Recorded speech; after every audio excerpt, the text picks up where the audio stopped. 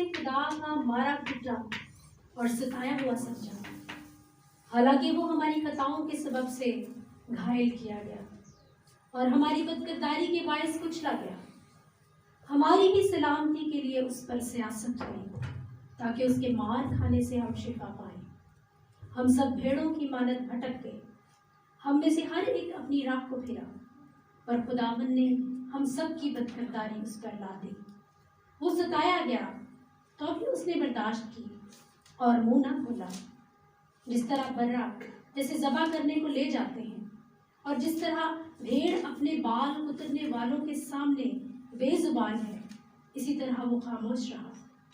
वो जुल्म करके और फतवा लगाकर उसे ले गए, पर उसके ज़माने के लोगों में से किसने ख्याल किया कि वो जिंदों की ज़मीन से काट डाला गया।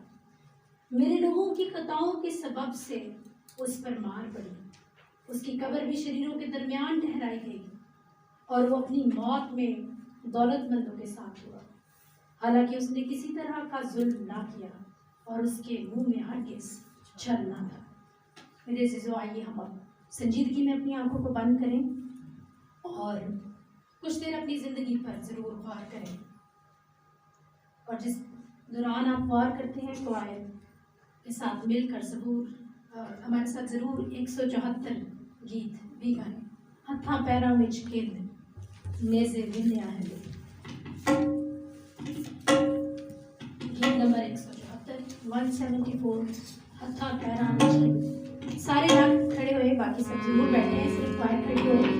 बाकी संजीदगी में ज़रूर अपनी ज़िंदगी पर गौर करें।